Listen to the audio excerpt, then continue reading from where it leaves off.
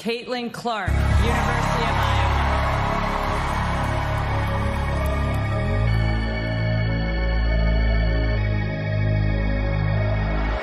You knew better, you do better, who do it better? Brianna Stu, nah, 2 letters, CC, must see TV. Shoot it from the deep, wake up the woke, sleepy. Beastie, couldn't lock her down in the BC. Hit the John Cena, yeah, yo, you can't see me. Easy, R.I.P. the GG, let her play with Juju. Out with the old, we the leaders of the new school. I let them all in points and dimes, still they won't anoint my kind. I know that I'm on point in kind, arrived at the appointed time. Bottom line, don't avoid the grind. Yeah, we in the gym all day, shooting logo threes, hit the rim, no way. See the switch is sweet, stay off them switches, sweets, BG. Imagine when I hit my peak. Difference between us, I'm getting money like Serena and Venus. You're the opposite of a genius. Caitlin Clark, I'm a superstar, shooting star. I can shoot it from Mars.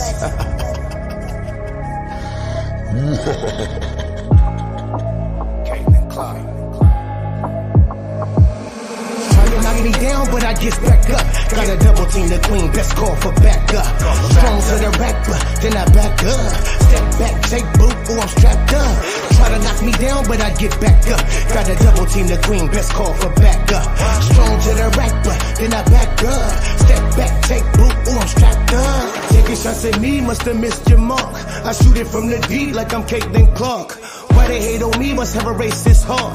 We taking off for Caitlin Clark. See why a different way out of your range. Think it's hype cause she white, must be highly deranged. Strange how the game try to downplay greatness. Put me in the game, Coach the Pope be on his Frank shit. Y'all flying charters, she flying spaceships. She sell out arenas, you sell out basements. Who cares, you MVP, your game is basics. Better off hitting balls, running bases. Caitlin the Juke of all you aces. DT the face of the league, it need a facelift. Ancient, old news don't make me open old wounds. In my ooze, out sure swoops. Rebecca Lobo, hating up on the low. Taking shots from the block, but not from the logo. Pro bono, no promo and no homo. She grew the league by herself, solo dono. Marco Polo, fish up out of water. Now by the hands that you need each in Carter. The shit starter, little bitch comments, the bench warmer. They done woke up a monster, go a bit harder. Taking shots at me, must have missed your mark. I shoot it from the deep like I'm Caitlin Clark. Why they hate on me, must have a racist heart. We taking off for Caitlin Clark. Thing she said was, hey coach, they woke a monster. Like I think I saw something where, you know, I've been blitzed on ball screens more than any other team has been blitzed combined. So. Trying to knock me down, but I get back up. Got a double team, the queen, best call for backup. Strong to the rapper, then I back up. Step back, take boot, ooh, I'm strapped up. Try to knock me down, but I get back up. Got a double team, the queen, best call for backup. Strong to the rapper, then I back up. Step back, take boot, ooh, I'm strapped up. Get. Top of the morning, afternoon, night, depending on where you at. It's the Pope, man, your host that do the most. I got a very, very special guest, as you all know. I've been trying to put it out there for everybody to see. I need y'all to come in. Make sure you're hitting the like button. Make sure you're hitting the like button. Okay? A rare breed has come through. Come through the Pope B. Frank channel. And oh, is she so frank? I might as well call her Mrs. Frank. Where she get down. Shemeka Michelle is in the building, ladies and gentlemen. And before I add her to the stage, I need y'all to get the likes up. I need us to get the likes up, and we got to get the people out there. But first things first, I'm going to just tell you real quickly, how I came across Shemeka Michelle. The first time I came across Shemeka Michelle, I didn't even know it was Shemeka Michelle. She did a video, this here video, about Dion crime time scammers, as I call them over here. Okay. And she really broke it down in a rap song that was beautiful. And it's called Peewee. With no further ado, we're gonna get into it and we'll break down. We're gonna talk about her life, things she's been through, her book, Keep It Naked. And make sure we're gonna go out and support her and get the book. The book Keep It Naked. Very lovely. On Amazon. It's available on Amazon, and we'll talk more about that in depth. So with no further ado, let's get into this video because it's one of my favorite songs. Peewee.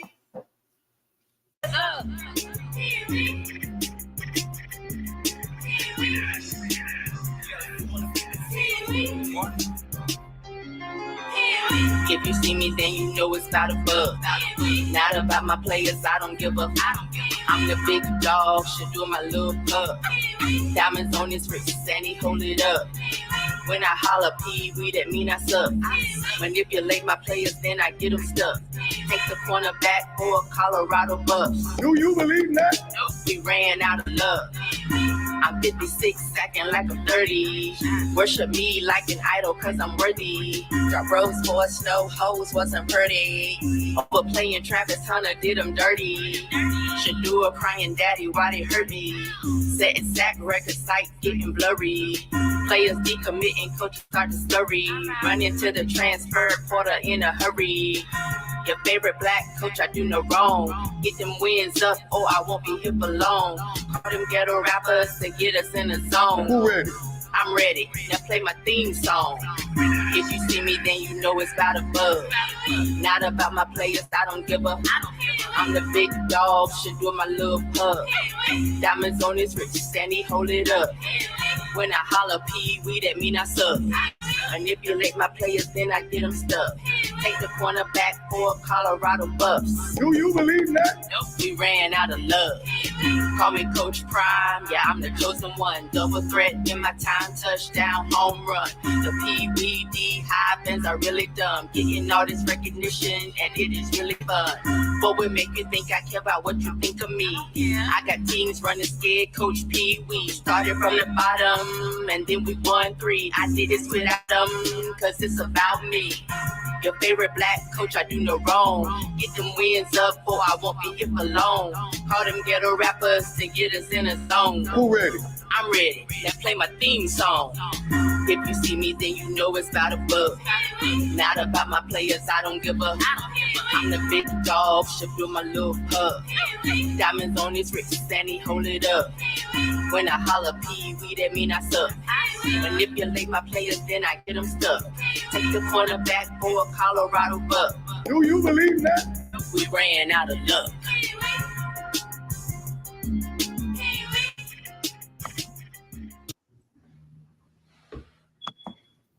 Peewee.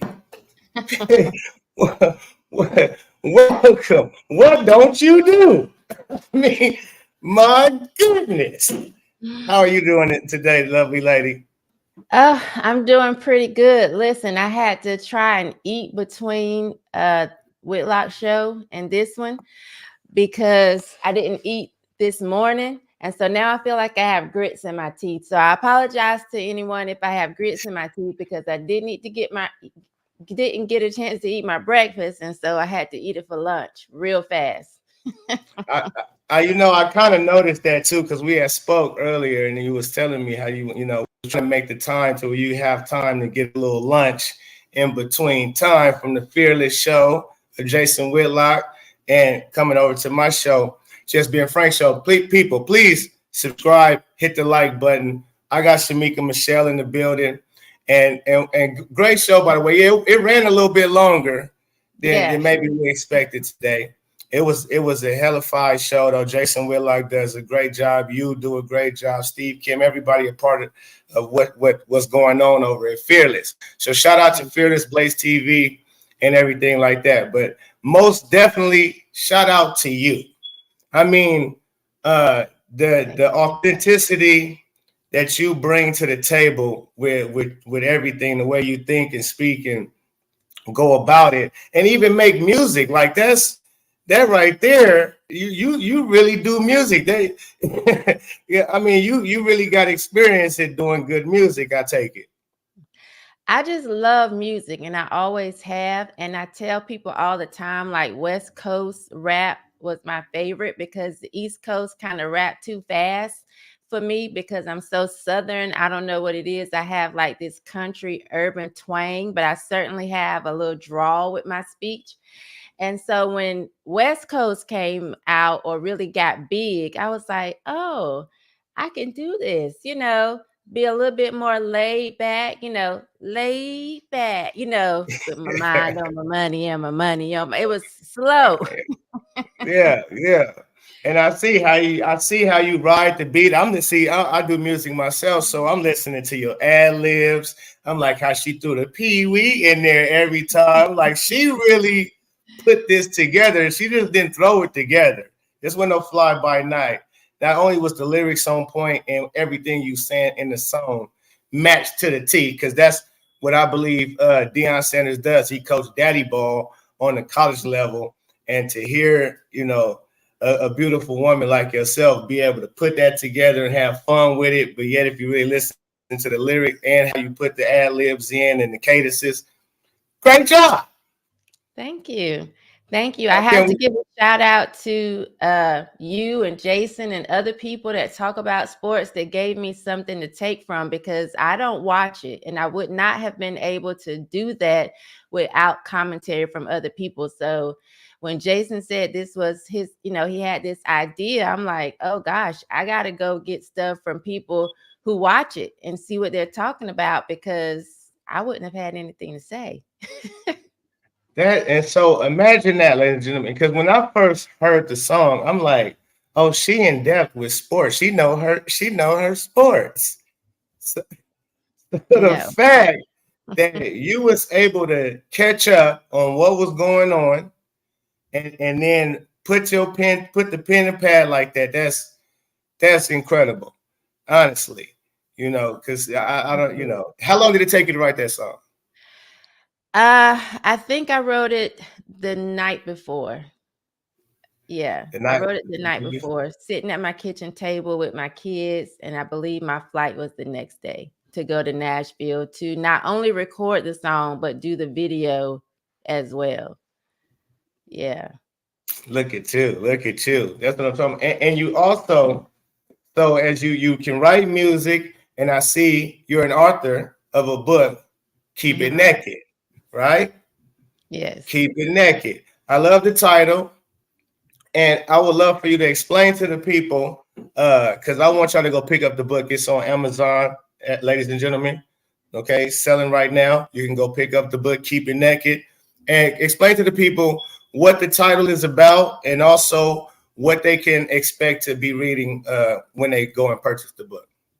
Well, thank you for giving me that opportunity, because in hindsight, it was a terrible idea for me to be naked on the cover, because especially since I've kind of gotten away from the whole Naked Girls, which Naked Girls was a group of women. We came together to live life open, honest, and emotionally exposed.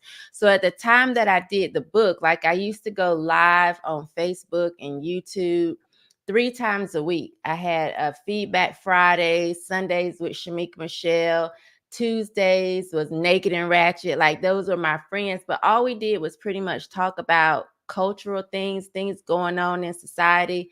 And so it was just us really being honest. And so people will always ask me questions. What do I think about this or that?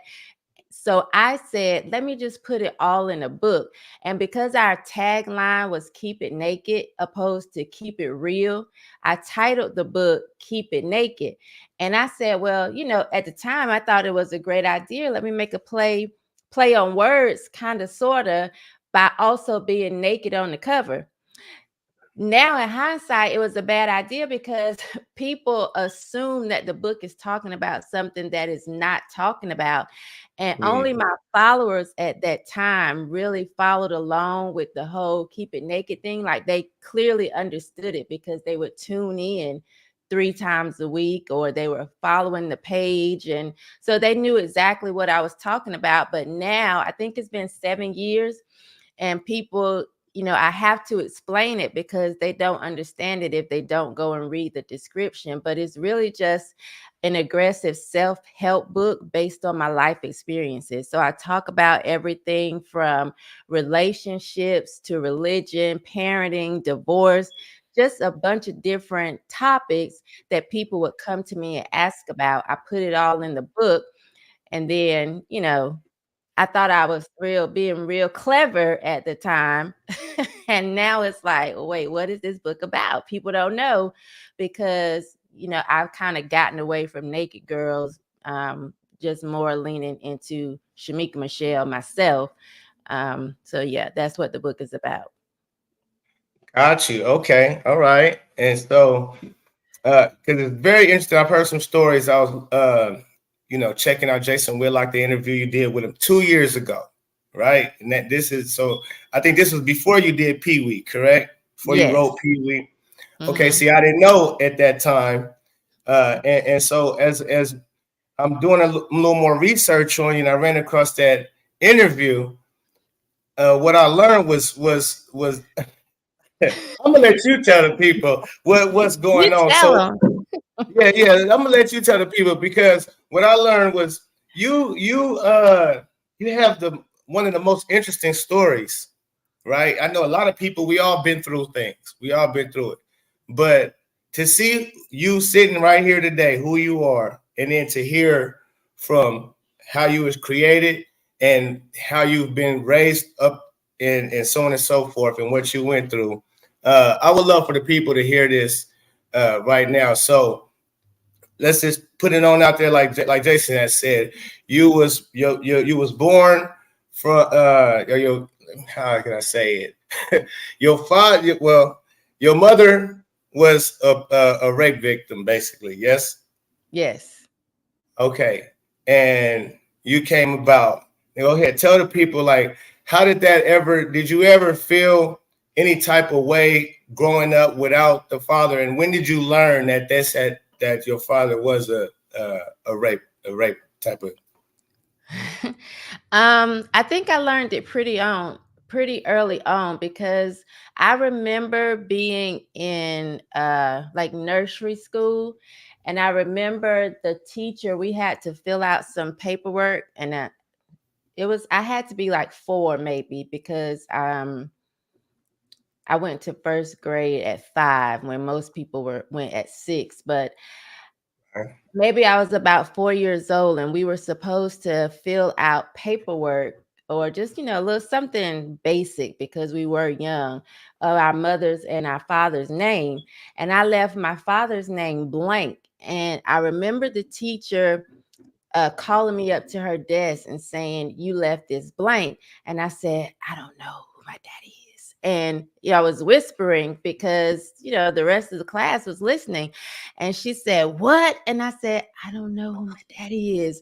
And she said, "Everybody knows who their daddy is." She was being real mean. At least it felt like that as a child, this grown woman telling me that I knew something that I absolutely did not know. So I remember that as a child, like so I feel like I knew early on, and I could not go into detail with her, but I remember going home and telling my mom, and my mom having to contact the teacher, which she did pretty forcefully, and just matter of factly told the teacher, "Listen, like, this is not the way you should treat students. Everybody has a different story, and this is ours." And so I knew pretty early on, even if I didn't know what rape was or know exactly, everything that comes with it, I knew pretty early on. My mom made it clear to me. 4 seems very early, but I did know pretty early on. And I never really had a lot of thoughts with it, as long as it didn't come with the embarrassment that it did that particular day. And my best friend, we're still best friends now, 30 years later. We used to make jokes about it in high school, because she was abandoned by her mom. Her mom left her with her dad when she was 2 years old. So it was like both of us didn't really, like, I wouldn't know my dad if I saw him on the street. She wouldn't know her mom at the time if she saw her on the street. So we used to like joke about it. And I think that made me a little bit more accepting of it. Like, it is what it is, and I can't change it. Okay, yeah, I'm up. Yes, and see, to me, I think your mom explaining that to you, the time being early, I think that was a good thing. Like, so how kids be wondering, and they hear it later, teenager, and they think they understand certain things. But with you understanding it from a very early age, you never let it affect you, because at that time you really don't know what a rapist is. You like, okay, all right, cool. Like, all Yeah, right. and I think it helped because I had 3 uncles in the house as well. Because obviously my mom was raped at 14, she had me at 15. So her siblings, Mm. we were still in the home. And I had 3 uncles and my grandfather. So it just for me was like, okay, this happened, but she never like put it in a way where I would hate men. And then I had these men that were my heroes because like for me, my uncles were the greatest thing walking the earth. So it's just like, okay, this is what it is. And I still had so many people around me that just loved me and treated me like I was the best thing since sliced bread, that I didn't get to really form a strong opinion or a reaction that made me kind of be hateful. So I'm grateful for that. Very grateful. And see, I hope Kamala, whatever. I hope you're listening. You understand? You understand? Do you see this beautiful soul, this woman sitting before us? And it's because they use that. Oh, what if a rapist? Even my mother, I think she in the chat somewhere or listening somewhere. And oh, what about if a young girl was pregnant by a rapist? Should she have to keep that baby? I'm like, why wouldn't she? It's God's. We got to understand. Children are a blessing, and this is God's plan. So hello, like this person, this baby could be a Shemeka Michelle. So Camilla, I hope you're listening. These babies, man, say the babies like Trump say, I'm with that, and everything else. So now as you grew up because where you from? Let the people know where you're from. Where you from? I'm Durham, from North Carolina? Durham, North Carolina, Bull City, baby. Oh, that's how y'all roll? Yeah, Okay, where I'm from, we City. do like this. So that's cool. Look, we got them a little up, but thumbs up. I like it. Okay. So from Durham, I said Durham. Durham. You gotta say Durham, like you gotta Durham. say it the right way. Durham. Some people say Durham, they say it real proper, but it's really Durham, like it should be Durm, Durham. Durham. Yeah. Durham, North Carolina. So Right. did you grow up in Durham? It's a good part of North Carolina. It's nice. How is it growing up in Durham, North Carolina? For me, it was absolutely great.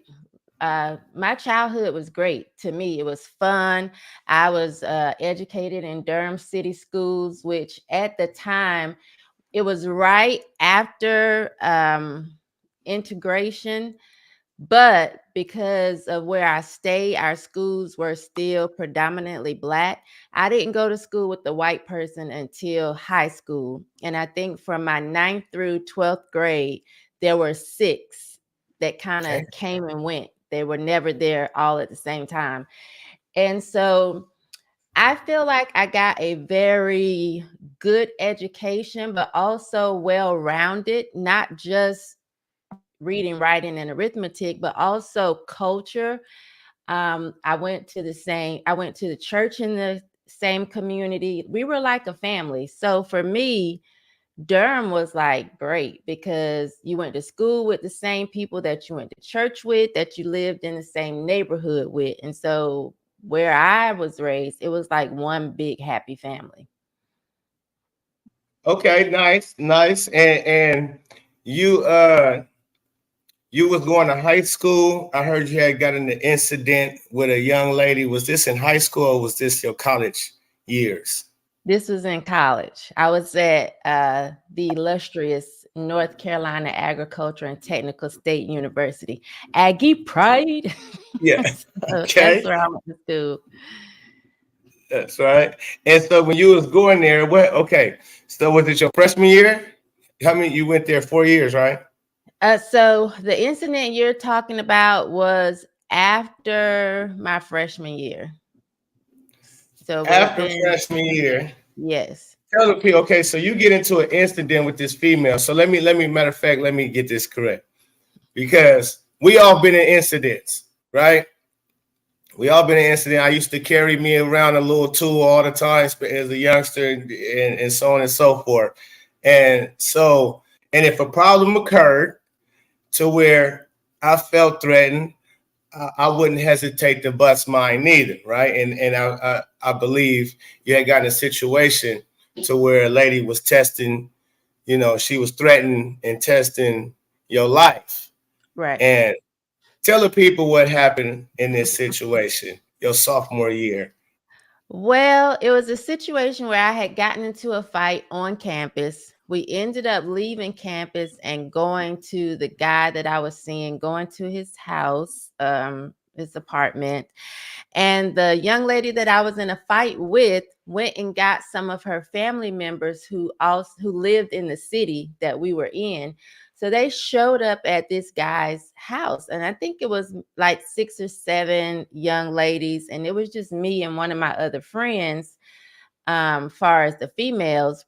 And so the young lady just started pretty much threatening me. She knew I had a gun because I had a brace on my leg at the time. And so when I had gotten a fight on campus, I pulled my gun out. Actually, it was a gun that I had taken from my best friend. So I didn't. Your best friend. Yeah, I had taken it her from gun. her when I came home. I don't know, for a weekend or for a holiday break. I can't remember, but I took it from her because I used to carry my friend's boyfriend's 9, which was so big. And so I'm like, my best friend had a 22. That's what it was. It was smaller. So to me, it was smaller. It was cuter. Like it could easily fit in my purse better than the 9. Let me take this and you know, tote this around. So when I got in that fight, because I had that leg brace on, you know, I don't know, my leg twisted a certain way or whatever, and I pulled the gun out, and so the girl ran. But then she went and got her family members, and they tried to come to the house where I was, and they were being very threatening and pretty much saying, you don't pull out a gun unless you're going to use it. And so the girl was saying, if I pull out my gun, I'm going to use it. And she had her hands like tucked in. She had on a coat, and she had her hands tucked inside her coat. So I was thinking, oh my God, she has a gun.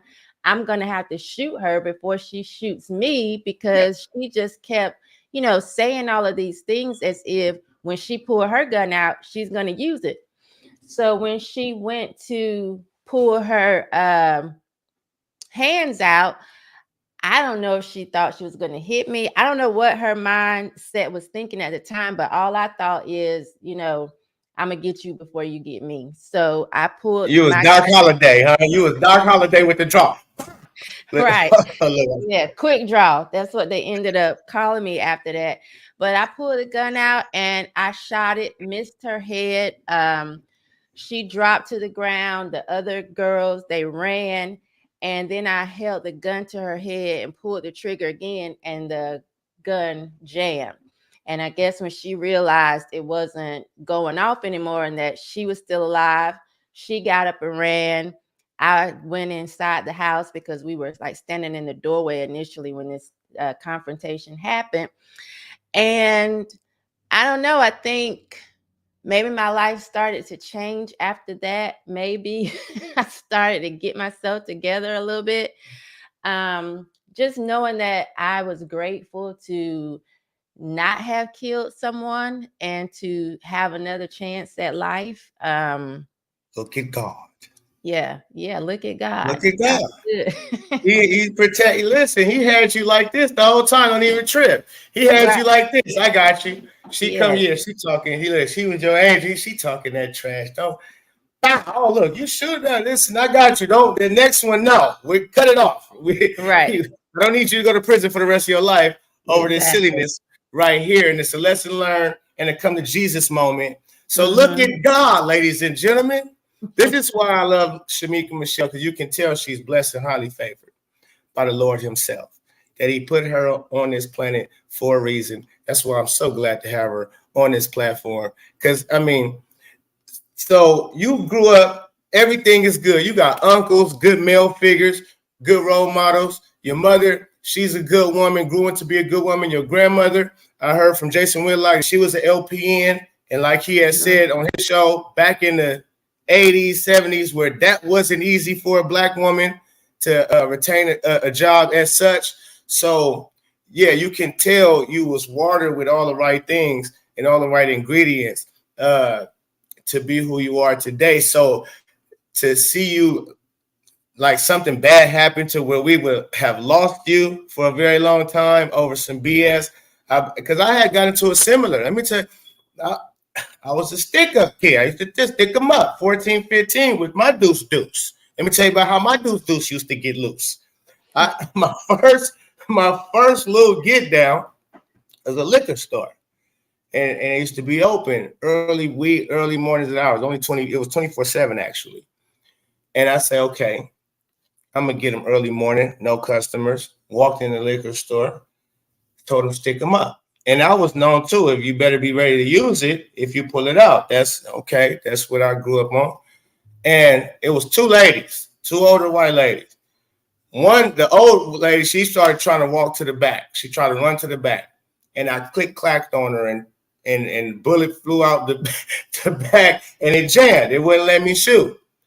And I'm like, just give me the money out the register. So it's so crazy as you said that. And, you know, I stopped being a stick-up kid. And I was like, damn, I almost killed me. Somebody. I could have killed somebody. You must have had the same 22. Like, it must have been the same makers. Yeah, them little deuces. I had a little chrome deuce, you know.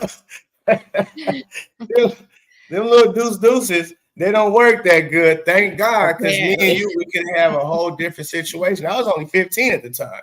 Oh, wow. You know, yeah. Wilding out I was. Wilding out I was. And see, the thing is, what I wanted to get to too is before we get into Angel Reese wilding out, make sure you hit the like button and stay tuned for that. The thing is, like, when we say rap music can have an effect on youngsters, it did on me. And because you grew up nice, middle class, everything is good. Not around was you around a bunch of gangbangers and dope dealers? No, not at all. Yeah. Okay, see, so here we have a young lady growing up, everything is good, but rap music. And she said, you said you was addicted to that West Coast. Yeah. So you was addicted to that West Theophilida. Yeah, that real gangster shit. No, for real. She was into that real gangster shit. And so when that get to playing in your mind, and what you said on Jason Whitlock, that song, who a gangster, I need a gangster bitch. Oh yeah. That I was like, that's me. I'm the gangster bitch. I thought that's what I needed to be, you know.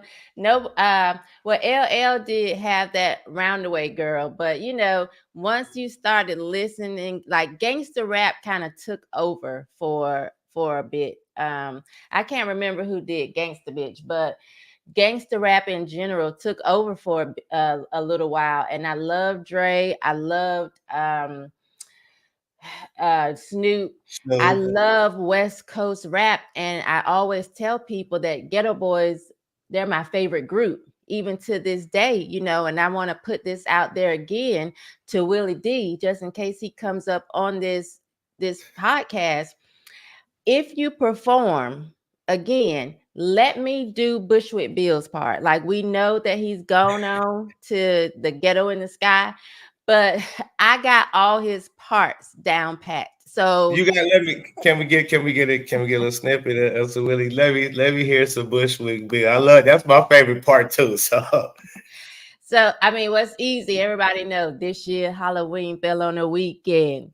Me and Ghetto Boys are trick-or-treating, robbing little kids for bags till the lawman got behind our ass. So we speeded up the pace, took a look back, and he was right before our face.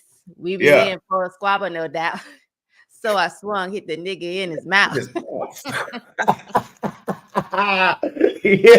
Yeah, you got it. Okay, yeah, it's also in college. So yeah, so Good thing, yeah, she was a sophomore in college actually when this incident took place at HBCU, correct? Yes, I was At at an a HBCU. HBCU. Yes. Crazy. I did so much in college. Like I lived a long life, I feel like in a very short span of time. And I do think that was God's design to kind of get that out of me so that I could turn and do something different because I also danced in college. And I mean, all of this was before I was 20 years old. You dance like cheerleader dance, like go, like No. I danced like take it off. oh, Take- oh.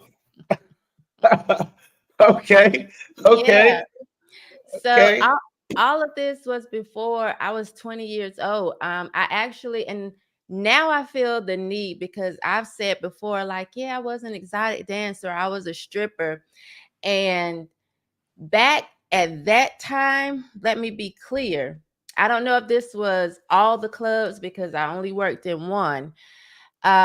We didn't have to take, so of course we were in like the bikini wear or whatever. We didn't have to take our tops off on stage. We could never ever take our bottoms off, and the men could never touch us. So I want to make that clear, and that because I used to like be like, yeah, I used to be a dancer and not think a whole lot of it until I think it was maybe 2013 or 2014, something like that. I went to a strip club with the guy and I was shocked. Like we walked in and the women were butt naked. This was in Atlanta. The women were butt naked. The men were touching them. They had their legs popped open, showing everything they had, and my mouth dropped. And he was telling me, like, close your mouth, because I was so shocked.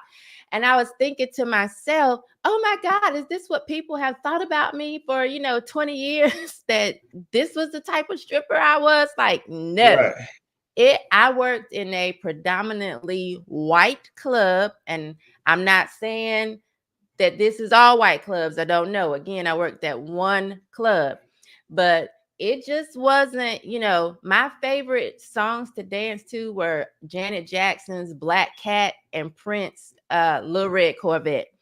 So it was no Luke playing in that club.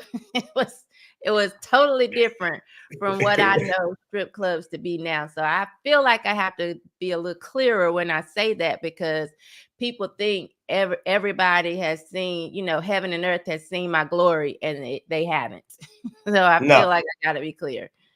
and not even on your book cover they haven't either because Okay, I'm you covered. covered, My you mother covered. took that picture too, by the way, and I said, "Mom, no nipples, no crack." So No, can't those were see the no rules. ass line, cheeks in the back, and none of that neither. Yeah, You see legs, stomach, shoulders. Yeah, right. yeah, so great job on all of that because I love the book cover. I think you did good. It all makes sense to me. I mean, Thank you. probably, but let's get into. We was talking about wilding out. We was talking about Angel Reese wilding out. But hold on, because we're gonna circle back too. But definitely, I wanted to get your take on her wilding out because this to me is a different situation than what you was going through and trying to figure out. As your young adulthood and you in college and you trying to figure things out. Uh, she's in a professional sport with NIL deals and so on and so forth, and has told the people, I like to be a role model for the little black girls. I don't like to be sexualized. People sexualize me. They send death threats to me. They sending IE naked pictures to my uncles and my aunties. It's embarrassing. And then she comes out and, she continuously sexualizes herself. And I know a lot of the young black women are looking at black girls are looking at this.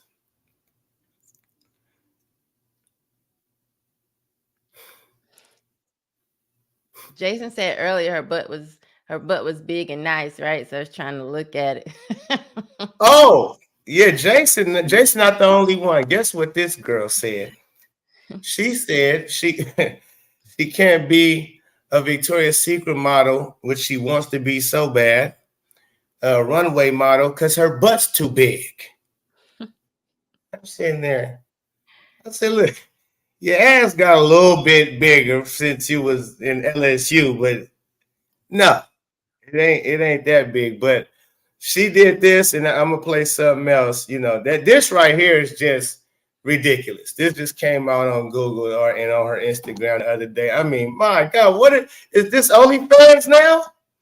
What are we doing? I don't get it. I don't get it. When little girls is supposed to be like Kobe Bryant daughter with the same Kobe's on as Kayla. You got little girls looking up to you, but I see Vanessa that damn near ain't putting nothing on this baby neither. Vanessa Bryant. Vanessa Bryant, got her little shirt is halfway up to. I don't think Kobe would approve of this type shit, man. So I'm gonna get into this video real quick. I'm gonna play a video of Angel Reese wilding out, and we'll react to it afterwards. Let's check it out. I'm a cloner, cause I'm saying I ain't tripping. Oh mama, I ain't know you so thick. And you know, I really shouldn't have said shit, cause after tonight you might end up pregnant. Oh, you can't afford her. That's not for him. This is a blast. Pick up and kill it, and holding that ass. Pick up and kill it. I'm in the beast. Pick up and kill it. Angel Reese. I was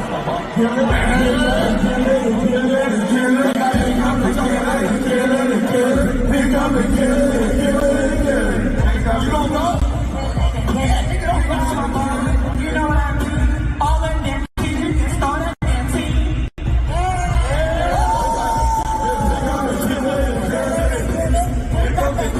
We still going?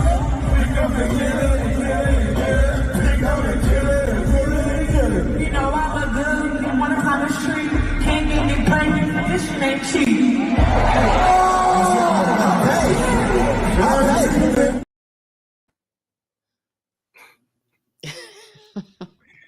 You want to climb this tree, can't get me pregnant, this shit ain't cheap. Wasn't it kind of say, I can pay? Apparently. What are your thoughts on that? I'm gonna go ahead and let you take this away here. So you said something in comparison to like what I was doing. And so I do think, let me make it clear for the people, all of it's poor behavior, right? I make no excuses for dancing or any of that. But I do think there is a difference when you come to, at that time, it was something that I was embarrassed by. Like I wasn't running around telling everybody that's what I did. My roommate would drop me off and she would come and pick me up. It wasn't something celebrated. I felt like, okay, I'm making some decent money to pay my bills and to be able to do what I need to do in school. Again, it's not really an excuse, but I am saying it like I didn't think it was something that I should be running around bragging about. Not only that, I wasn't a role model to kids. Again, I said it wasn't something I was bragging about. I was literally doing dirt in the dark. Like I didn't think it was something good that I should be telling everybody, and hey, come work at my club or the club that I work in. This is cool. This is fun. This is something that everybody should do. I didn't feel that way. And thankfully, I was seeing a guy at the time that I don't know if he got wind of it or not, but I remember him telling me like just how much better I was than being a stripper. And he was just talking about like strippers in general. Like, I think that's crazy. You know, you're better than that. And if I ever found out you were doing something like that, I would never talk to you again. I quit immediately. Like, let me just go get a job at, I don't know if I went to Golden Corral first or Taco Bell first. I don't even remember, but I knew I didn't want to lose him and he did not approve of that job. And so I stopped dancing and never looked back. And so it frustrates me that we have all of these young women today that think this is something that's cute, that think this is something that should be publicized. And she is in a position where she does have young girls looking up to her, that she does have young girls saying, hey, if I end up being 6'3" or whatever, I can play basketball, or I can ... She's showing them the ... is posed naked on the gram, what so many other women are doing. And it's like, can we teach these young girls that they have something else to offer other than ass? And that's what frustrates me, even for her to say this ain't cheap. Well, what ain't cheap? Because we can go get a hook off the street for $25. What are you saying isn't cheap? Your vagina, or what's up here in your mind? What you have to bring to the table that would make a man a better man. What's not cheap? I'm not understanding what you're saying. And she keeps saying that she doesn't like being sexualized, yet she's sexualizing herself. Nobody is doing this to her, because she could easily be Caitlin Clark and just leaning into the basketball aspect of it. And if she wanted to be a model, okay, model. But what we saw on that post, Victoria's Secret didn't write her a check for that. That's something that she just wants to show off her behind. For what? What are we doing? And why are we doing this in the position that she holds? I wish that we would just have a little bit more responsibility for the kids coming after us. And that's what frustrates me about her and so many other women that feel like they have nothing else to offer but booty. Like an Ice Spice and Cardi B. Yes, it's annoying. Like, that's not what God created us for.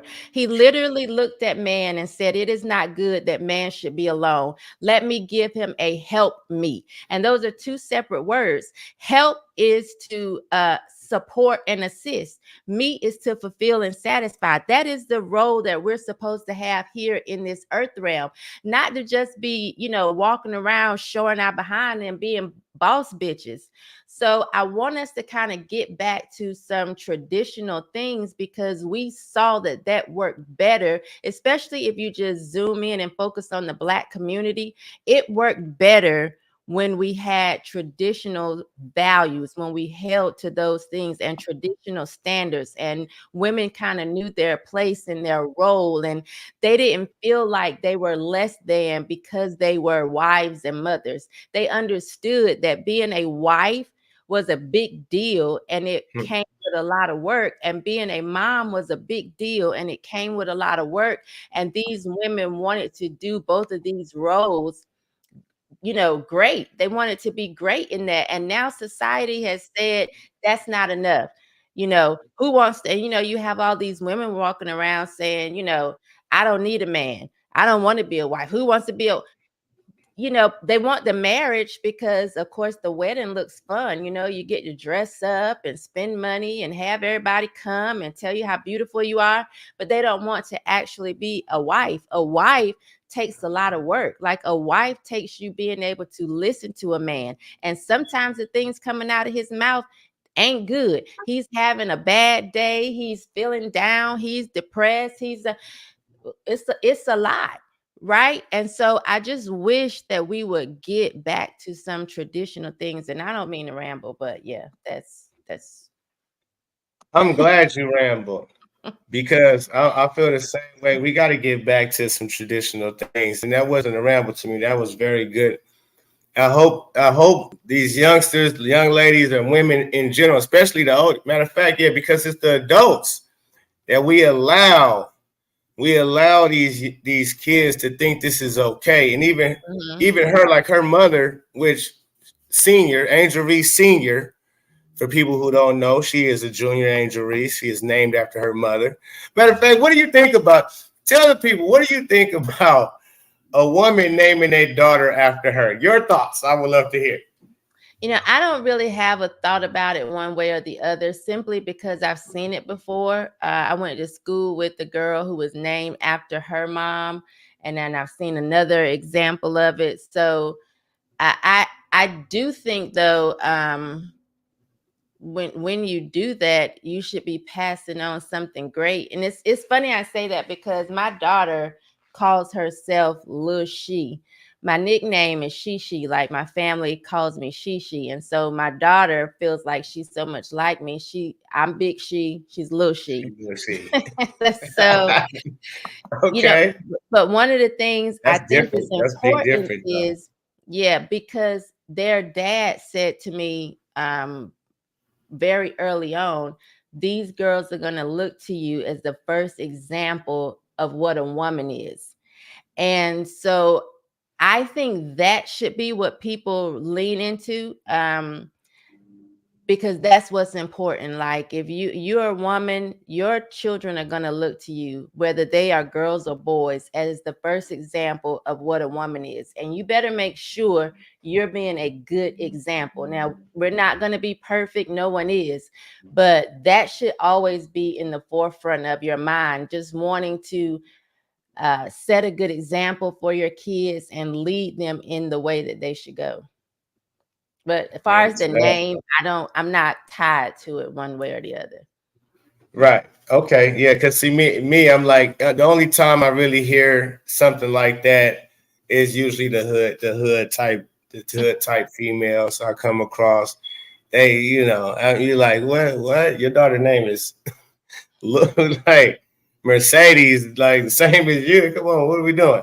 So Angel Reese Sr., who played basketball overseas, she comes from a family of basketball players, and I guess she didn't. Well, I don't guess she didn't play in the WNBA. So to me, it almost seemed like she force fed Angel Reese to play basketball because Angel Reese's mind seems to be everywhere but basketball. Mm-hmm. You know what I mean? Now that she has gotten to leave the nest, and okay, yeah, damn your training today, mama. Yeah, you can't make me go with the trainer today or wake me up at 6 a.m. to get out here on the front porch and get to working on my game. Now it's all me and I'm gonna do what I do. But it seemed like I don't know the relationship. I would just, if I see my daughter continuously putting herself out there like this, and she says she got uncles, you got uncles. And it's like you're in a position. You're Angel Reese. There's only been really 2 stars in the WNBA that has been household names. It's Caitlin Clark and Angel Reese. Right.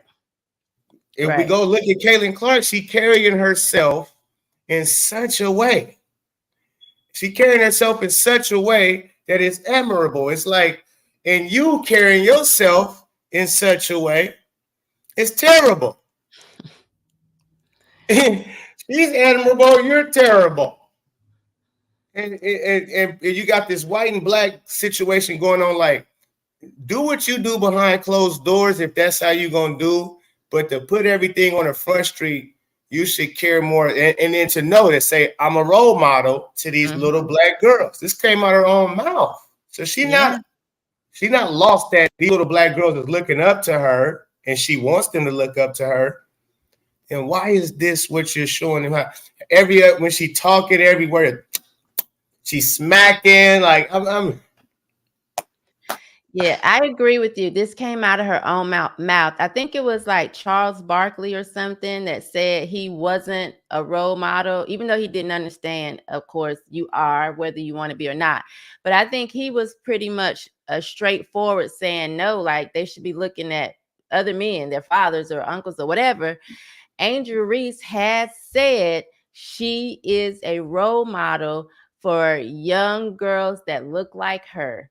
And so I do think if you're conscious of that, then you have to move differently, because it's not even something she's fighting back against to say, well, shoot, your role model should be your mama and your aunts, which I would totally agree. Like for my kids, there is no greater female role model than me. They're not looking to Cardi B. They're not looking to Sexy Red. They're not even looking to Michelle Obama, somebody that actually does carry herself with some type of dignity dignity. They're not even looking at her. They're looking at me.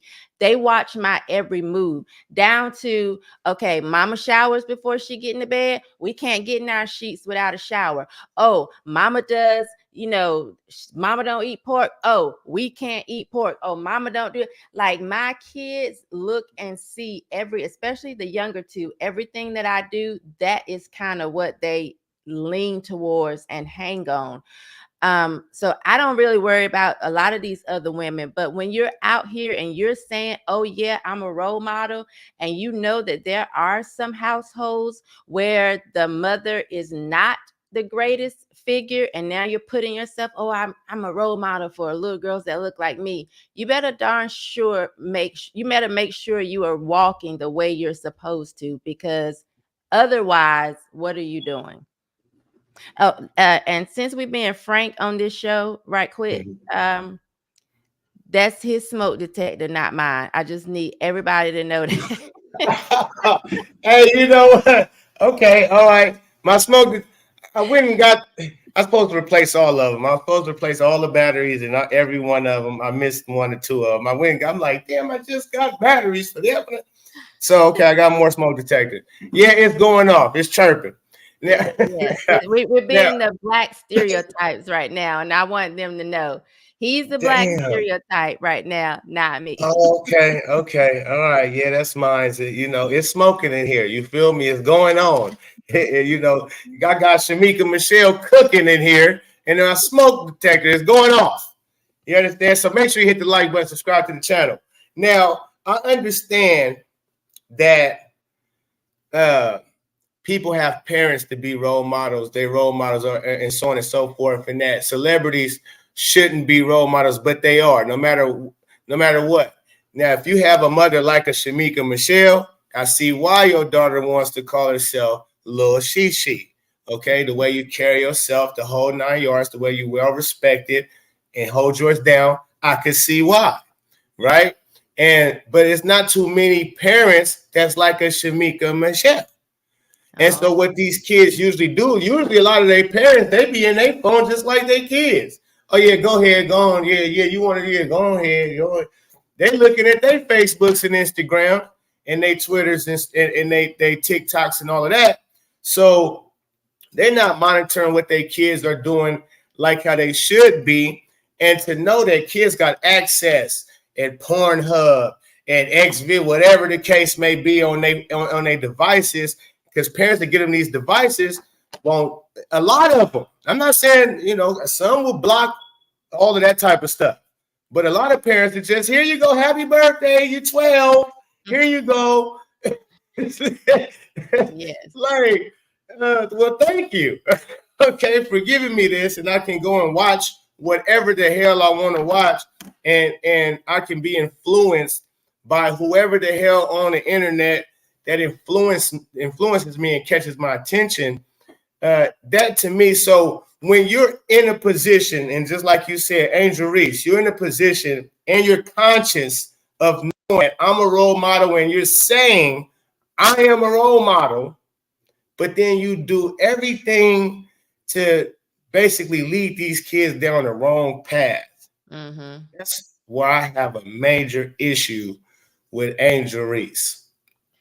You know what? And you just said something else that I thought about when you talked about how the parents just throw the phone at the kids and just let them look and do whatever on the phone.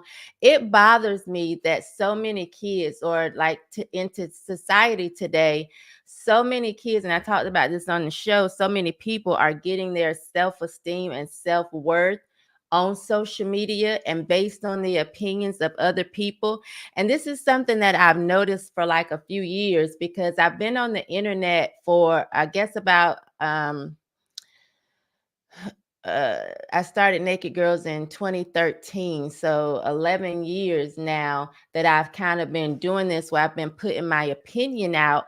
And I noticed that so many people would have something to say, like, maybe I'm too black, or I'm too skinny, or my hair's too nappy. And it never affected me or made me say to myself, oh, I can't get on the internet again. I'm scared. They're mean to me. Because I had my own self-esteem. esteem, my own admiration for oneself. And I've never been swayed by the opinion of people on me, because it doesn't change who I am or how I feel about myself. But I do notice that a lot of people are really bought into what somebody else thinks about them. And so we're giving these phones to these kids, and they are literally trying to validate themselves through the opinion of other people. And so that's one of the things that also frustrates me about parents. Like, we're not actually parenting these kids. We're not doing what we need to do to make sure that they become well-functioning adults. Because if you just throw a phone at them and they're online all day, and if they post a picture that, you know, gets 40 likes, but then they post another picture that only gets 20, and then they're thinking, oh my God, I must not be pretty today, or I must not be smart. It's like, what are we doing? And as a parent, you really have to make sure you're paying attention to what your kids are paying attention to, so that you can actually steer them in the right direction when things are going wrong. I remember during COVID, my daughter brought home an assignment, or I was listening to them online, and the assignment was write a letter to a Black woman. And pretty much what the teacher was telling them was, as Black girls, they were less than. As Black girls, you know, people don't love them the same, or treat them the same, or respect them the same. And so the assignment was, what would you say to a Black woman? Like, write a letter to her. I stopped her. You don't need to do that. I'm going to reach out to your teacher, and I let her teacher know, don't ever send home an assignment that makes my daughter feel like she's less of a person simply because she's a girl, or because she's Black. That's not how I'm raising her. I'm not going to raise her to feel inferior to anyone based on race and gender.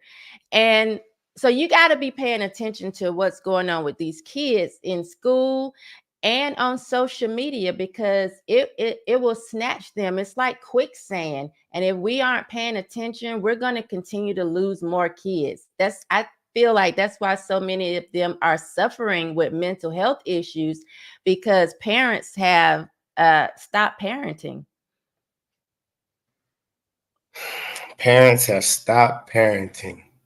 That is the issue in the world today that we're living in. Is parent. We used to get parented. We used to get parented. Go get that switch out there. You got to pick your own switch to get your ass whipped, because you talking that shit to my. Listen, I like my grandmother, God rest her soul, couldn't stand her as a kid. Understood later, like, oh yeah, she didn't play no game. She would thump you upside your head in the blink of an angel Reese eyelash. You hear me? She would anywhere and have anything in her hand. Didn't matter. She wouldn't like switch hands to hit. No, whatever it is in her hand, you getting hit with it. I mean, I was running around the pool at my Uncle James' house. God rest his soul. I'm running around the pool. Uncle James got a big mansion. Reverend James Cleveland. He got a big mansion. We run around the pool. Grandma barbecuing, flipping over burgers. She stays, stop running, Frankie. I said, all right, cool. I keep running. He said, Frankie, come here. I go on over there, wet head, I'm wet. She flipped over the burger. You hit the spatula. Grease and everything. I got the little, I had the little spatula friends. Hey, we would call that abuse nowadays. I know some people in here like, oh my God. Oh my God. Guess what? Guess what? I could have busted my head wide open, slipped and fell running around a pool. Busted my head, maybe fell in the pool, drowned, killed myself, anything. So I take a little spatula across the dome because I didn't run no more. I didn't run no more. Yeah, right. And people think, that I call out, somebody apologized to me in the Fearless chat the other day. I can't remember who it was, but they said that they wanted to apologize because they just thought I was like hating Black women or something, and they realized that I was just pretty much holding them accountable. And that's like, I feel like who better to do it than a Black woman that, you know, and I understand things, you know, how life is, and I've done things that I'm not proud of, you know. Wait, not to cut you off too, though. Hold on. But a Black woman that's really in love with her Black beauty. Do you, ladies and gentlemen, do you see her? Can let me see if I can put you full screen. Do you see her, ladies? Let me put, hold on, solo layout.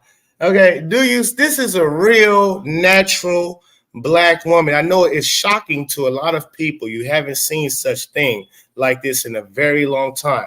But look, no makeup. She got her her beautiful afro is popping. Probably got waves in the back on the side where she brushed it up. Y'all can't see that right there. But when she brushed it, she probably all wavy and natural and shit. I mean, my God. Listen, this is, so if anybody gonna tell you something, see, a lot of these women and Black women who claim to be pro-Black and this, that, and the other, I don't see them wearing their natural Blackness and in love with it, embracing it, and put it on full display. So you, if anybody can talk about this, you go ahead. My bad. Yeah, and I mean, to that point, yeah, I do feel like that is an example that I should set first to my children, because I used to have a relaxer, and my oldest daughter none of my kids have had relaxers, but my oldest daughter would want to get her hair pressed a lot to be straight.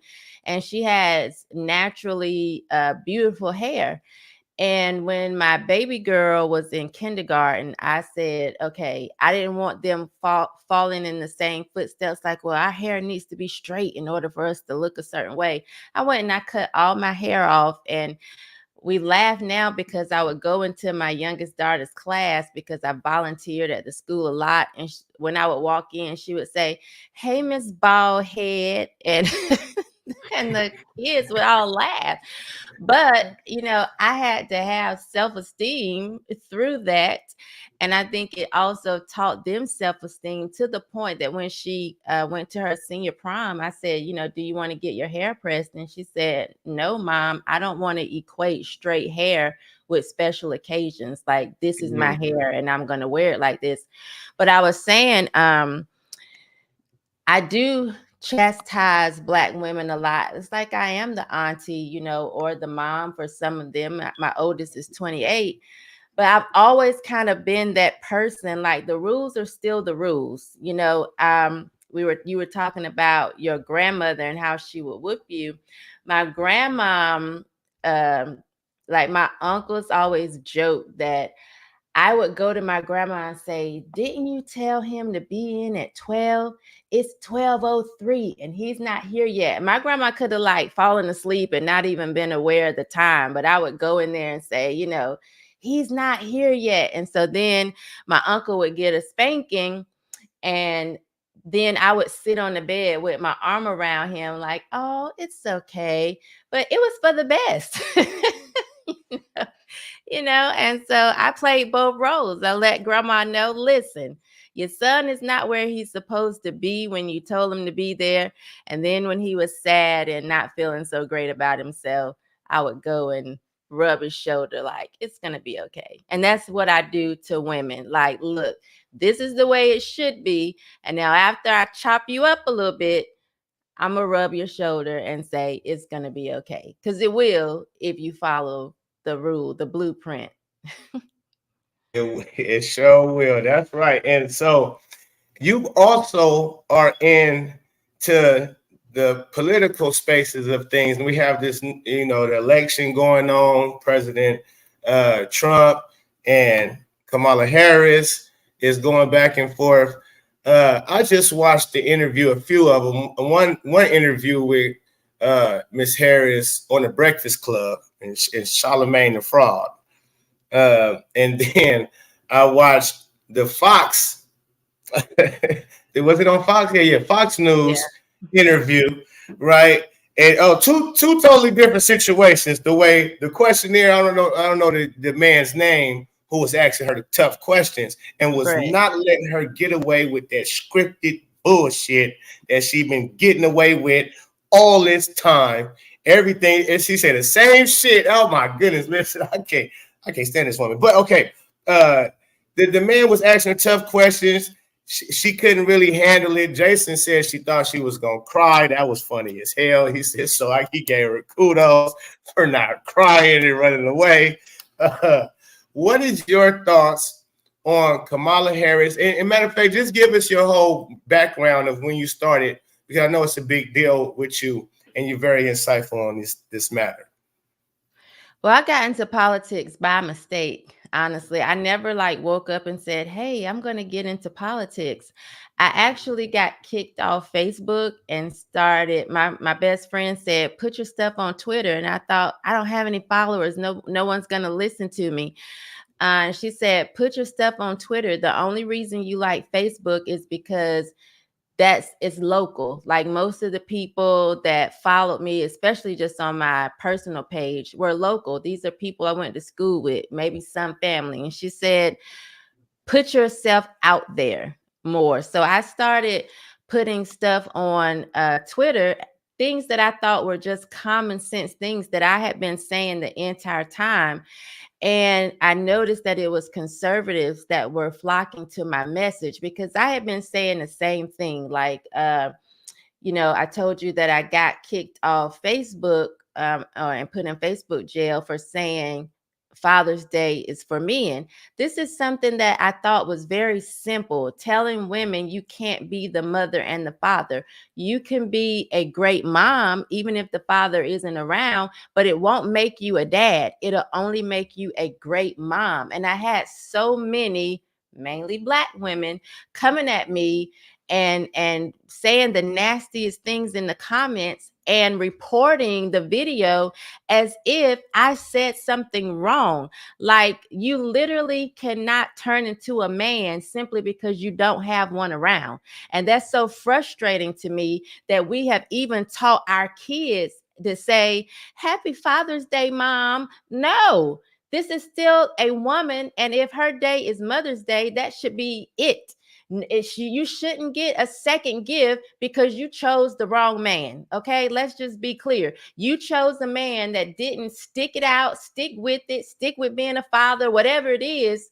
And now you feel like you should get flowers on that day for making a bad decision. No, you shouldn't. You should just be celebrated on Mother's Day and be happy about that.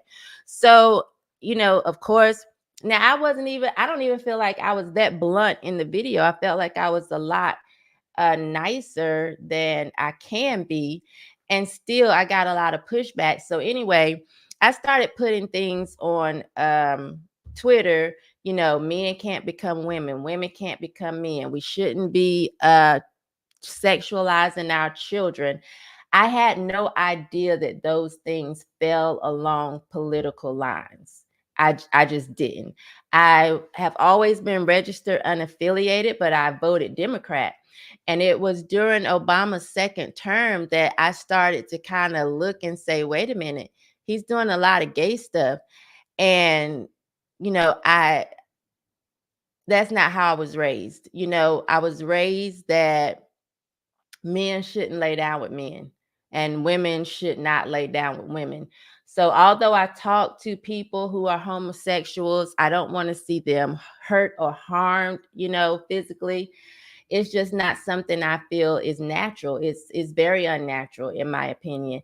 And I was speaking out about these things, and conservatives started to flock to me. And so that's kind of how I got into politics, because I was just saying stuff that to me was common sense.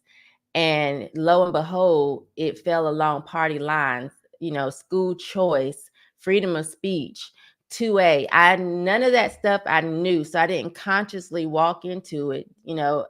I feel like it's God-given wisdom, which then would say to me, people that lean right are the smartest.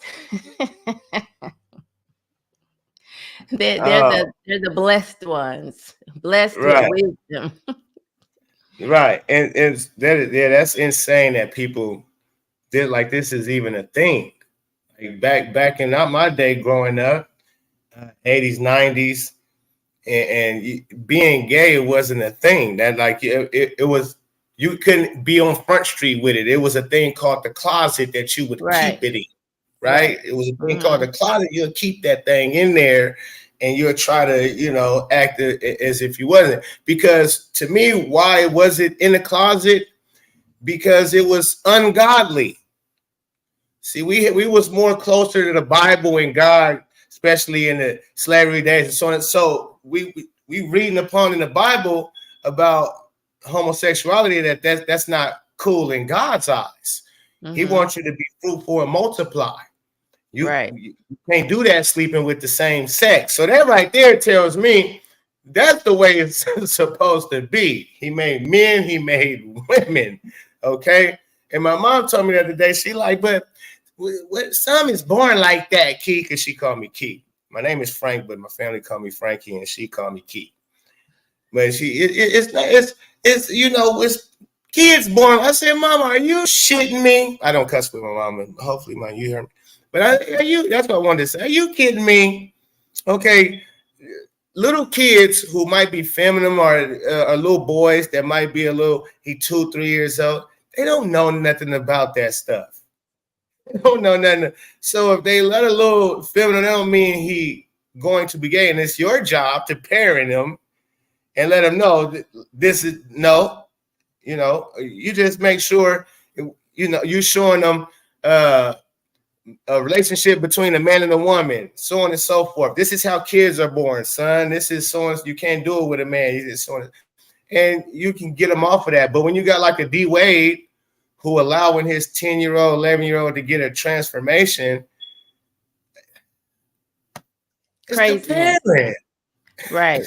And anytime a Christian says they were born that way, they got to be Christian. Then I come back and say, well, if they were born that way, they need to be born again.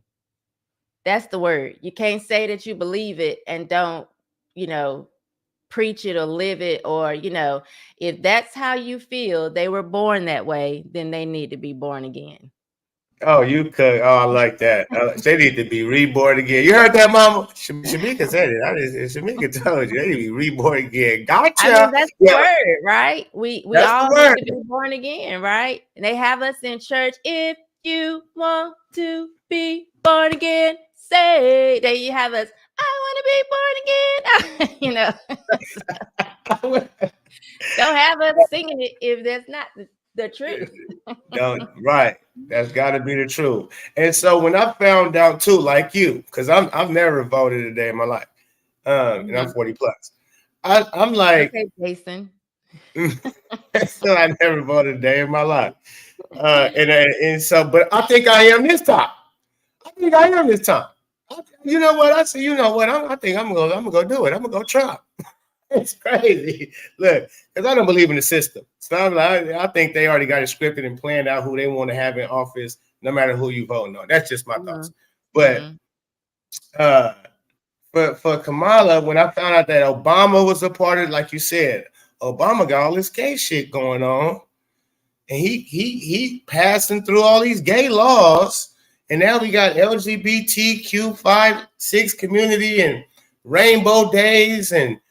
It's like, my goodness, they start talking about how, and I might not know this. I'm gonna ask you a question. How long has pink been a cancer, the color of cancer awareness? How long has that been forever, for the longest? Or I honestly don't remember. It's been as long as I have been aware of it. I don't know, which has been a while, but I don't know exactly when they started that. Because people weren't dropping. I don't know. I wasn't aware of people dropping from cancer back when I was growing up, just like how they are in today's day and age. And when I started seeing the football players and everybody wearing pink in their uniforms, I'm like, what is this? What this become? Now you putting pink all on the football players, and you talking about it's because of cancer, man. Who is you? You can't fool me with that shit, man. Y'all trying to put this. Oh, I know what you're doing. See, you can't pee on my leg. Tell me it's raining. I can see what you're doing. And some of them football players, they should be wearing purple for domestic violence, but that's a whole nother conversation. Oh, that's a whole nother situation. We can get into one of those another time.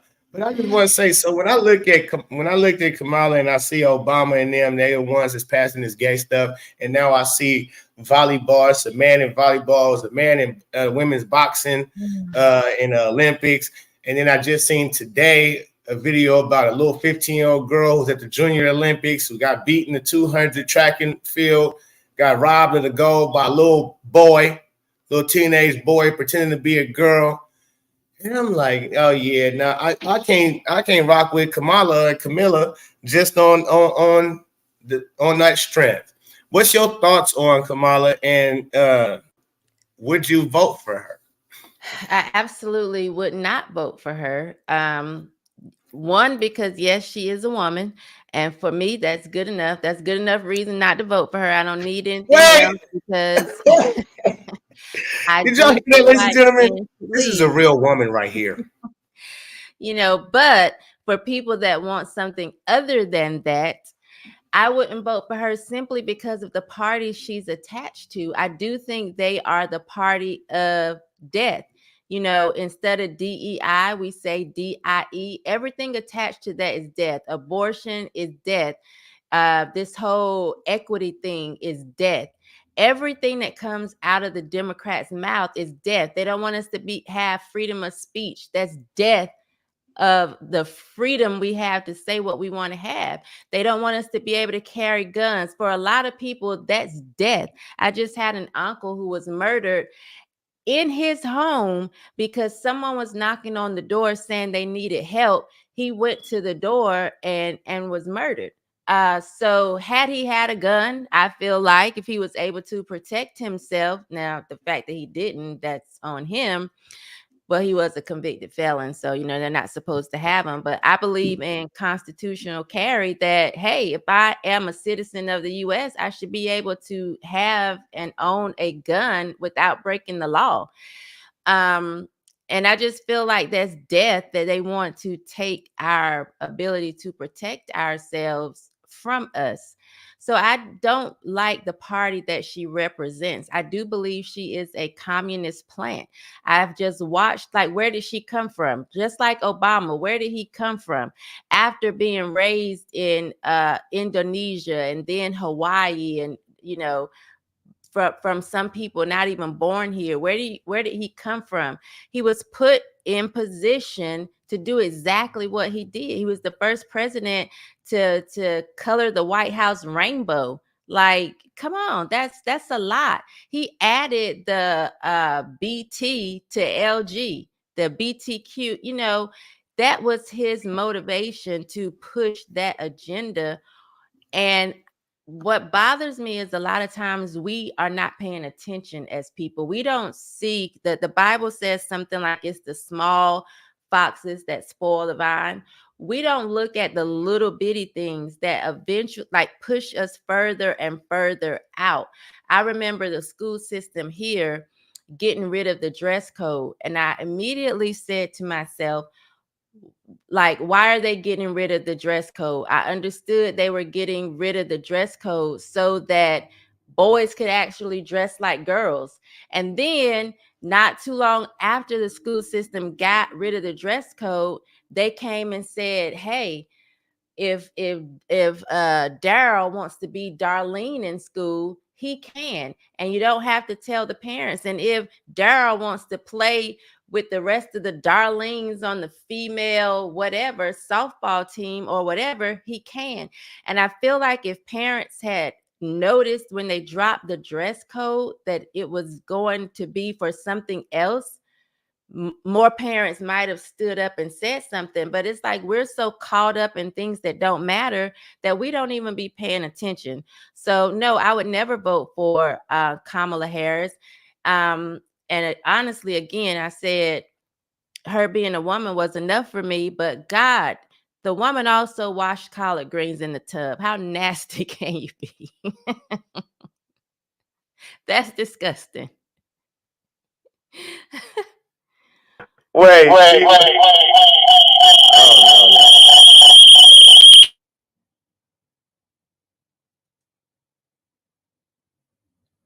That's the thing's way of telling you that you've had me an hour and a half or hour. I'm watching you. All right. So yes, it is. I had to turn that off real quick. All right. So yeah, I'm gonna get you on out of here. Appreciate you rocking with me, rocking with the channel, and rocking as long as you have been. It's been a blessing, and that's what I did. I wanted to. We covered everything we wanted to cover. I wanted to see if I see Amanda. She from your part of town. Said she went to your rival school. Uh, Which high school or college? College. She said she went to the rival HBCU. Like right here, Amanda. Central, uh, She raised us right. She been rocking with you, but she as soon as you said what school you went to, she was like, she from the other side. oh no, Amanda, what school were you at?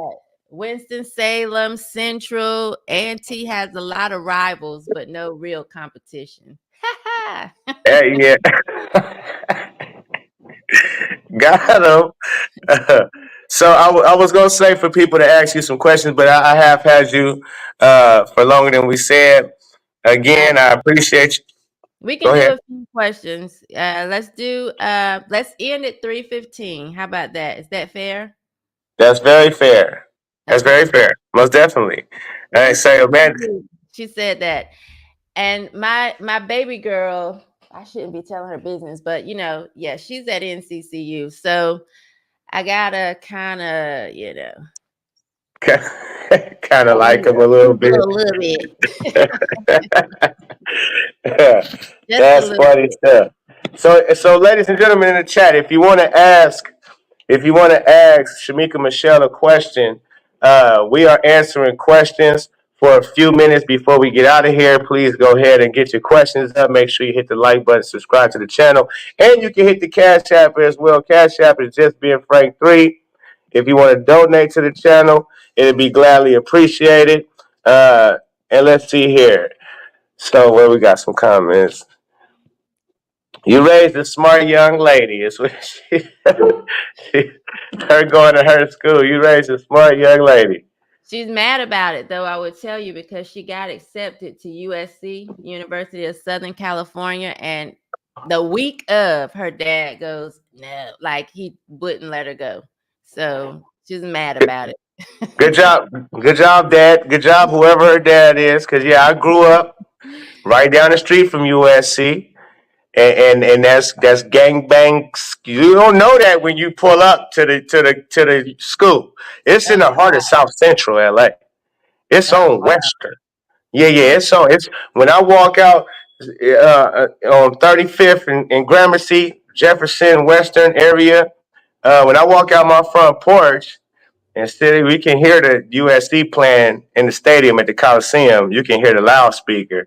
So when we hear the crowd go crazy or they scream touchdown, we used to run the house and then check out the replay on what they do. But yeah, USC down the street, it's not like how it used to be when gang banging was at its height in the 90s in LA. Oh yeah, them USC students used to get caught in the crosshairs because you had the Fruittown Street Bloods, and then you had my hood, Harlem 30 Crips, and they get caught in that town square where you know how colleges have that across the street. They got all the food, different food places. They go eat at. You know how colleges are where all the food is at. Yeah. So and then they had a theater there too. So a lot of people would get caught and then and then students would be getting caught in the crossfires and so on and so forth. But now they got like a whole police. it's You're not getting away with that no more. Not in 2024. So she would have been straight. But yeah, LA is wild though, especially South Central. So good job, Dad. Let's see. We got keep up the good work. Appreciate it. Nobody knows. Michael Morrow says, that Michael Morrow also had a different comment that says something good. I can listen to her all day. Please bring her back to the show. Hopefully we can get her back to the show. I appreciate that. She said, can you put up a picture of her YouTube channel so we know we picked the right one? Yes. Do you want to shout out your YouTube? That's another interesting thing. Will she get back onto her YouTube channel doing content? I hope so. I would love so. I'm pretty sure the people would love so. But she's on Fearless every day. and her book. Make sure you go get the book on Amazon. Go get her book. Keep It Naked. Matter of fact, let me put that up here real quick. Let's put Keep It Naked up here. Don't get it confused because don't get it confused. Glad it's small for y'all. Y'all gonna have to Google it now so you can see it the large size.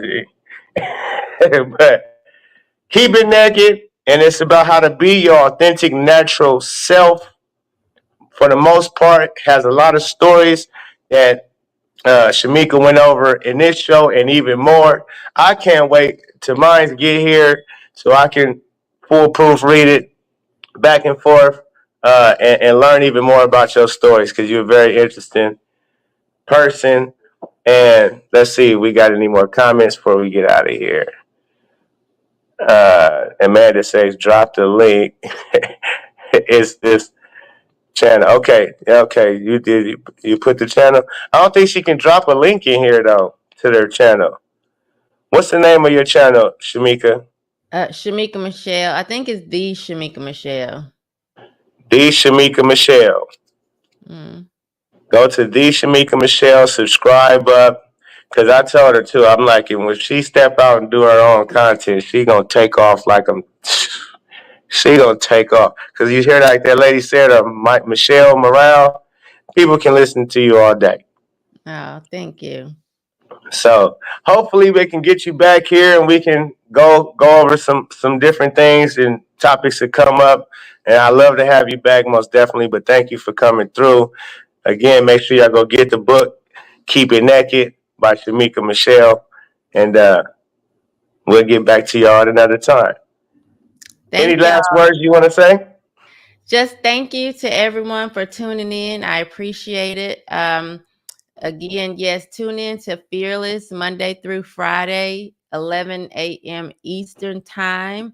I'm always at the end going over what's been happening in the chat. But as far as me and my socials, if you go to ShemekaMichelle.com, you find me there. You can find me anywhere. All of my links are there. Yes, it is. I found some links. That's how I got it. Listen, she ain't lying. That's how I got in contact with her. She told me to do exactly that. I had to try to get over some hurdles and figure some things out, but I figured it out, and now we're here. So, yes, you want to reach Shemeka, do exactly like she said, and you'll find all the links at her Twitter and everything like that. Awesome. I enjoyed you both today. Thank you, Amanda. Appreciate it. Again, hit the like button, subscribe on your way out if you haven't. Peace and love to everybody. We'll see you later.